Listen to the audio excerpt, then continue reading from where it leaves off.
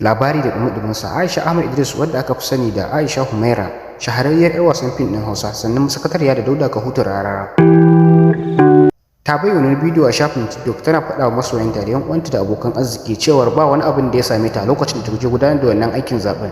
Duk bidiyon da suka ana yawo a social media wannan ɗin ƙarya ne ga mutane wanda suke yaɗa labaran bogi.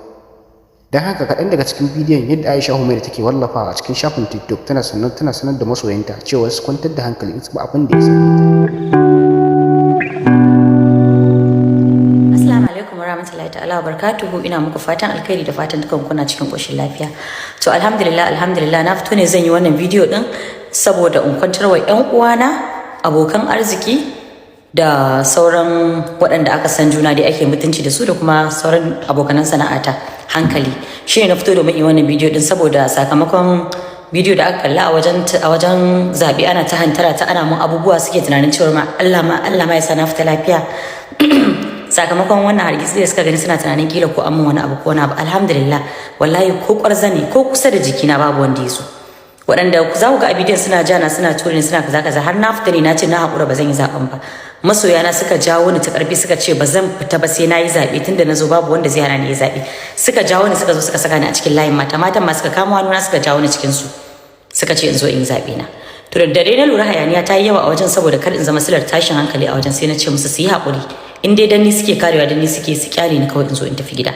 Na haƙura na kama hanya na juya na tafi gida. Bayan na tafi gida zuwa ɗan wani lokaci da aka ce mutane su ragu a wajen na sake shiryawa dai masoyana suna ta kira suna cewa ai in fito ga suna a wajen in zo babu abin da zai faru insha Allah in so in zaɓe na suna tare da ni. To alhamdulillah babu abin da zan ce wa masoyana da suka kare ni a wannan wajen sai dai musu fatan alkhairi. Allah ubangiji ya saka muku da alkhairi, musamman mata da suke wannan wajen.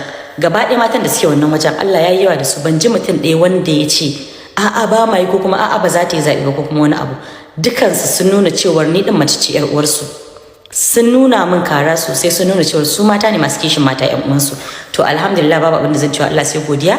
An hana ni yin zaɓe kuma cikin hukuncin ubangiji Allah ya rubuta cewar zan je in yi zaɓe yau din nan a mazaɓar da nake zaɓe kuma na je na yi alhamdulillah na fita lafiya. Duk wannan hayanin da za ku ga an yi a bidiyo din babu wanda ya taɓa lafiyar jikina wallahi, ko kusa da ni masu cewa a dake ni ko ai wani abu ko kusa da ni ba a bar su sun zo ba, saboda duk wanda za ku kalla a kewaye da ni suna jana ko suna ture ni masoyana ne. Suna min haka ne saboda kada waɗanda suke cewa a dake ni ko wani abu masu zo kusa da ni. Har na fita na tana kuɗa suka ce ina ba zai ki hakura ba sai kin zo kin yi zaɓe. Na da na yi zaɓe na cikin kwanciyar hankali alhamdulillah na yi zaɓe lafiya na fita lafiya.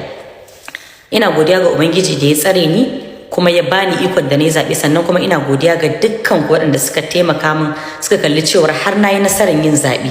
Na gode, babu abin da zan ce muku sai dai in ce Allah ya saka muku da alkhairi.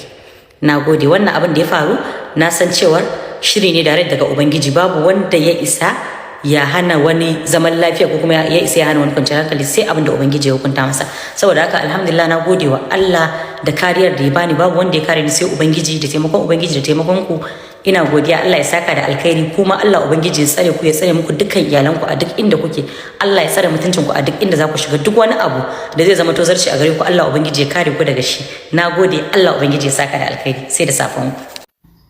To fa laifin daɗi karewa. Mai sauraro duka nan muka karkare kaburmar shirin nan. Idan yau ka fara zuwa nan channel nawa mai albarka, kada ka manta da danna mana alamar subscribe sannan ka yi liking akan bidiyon nan domin samun shirye-shiryenmu da zarar mun ɗora. Mun gode.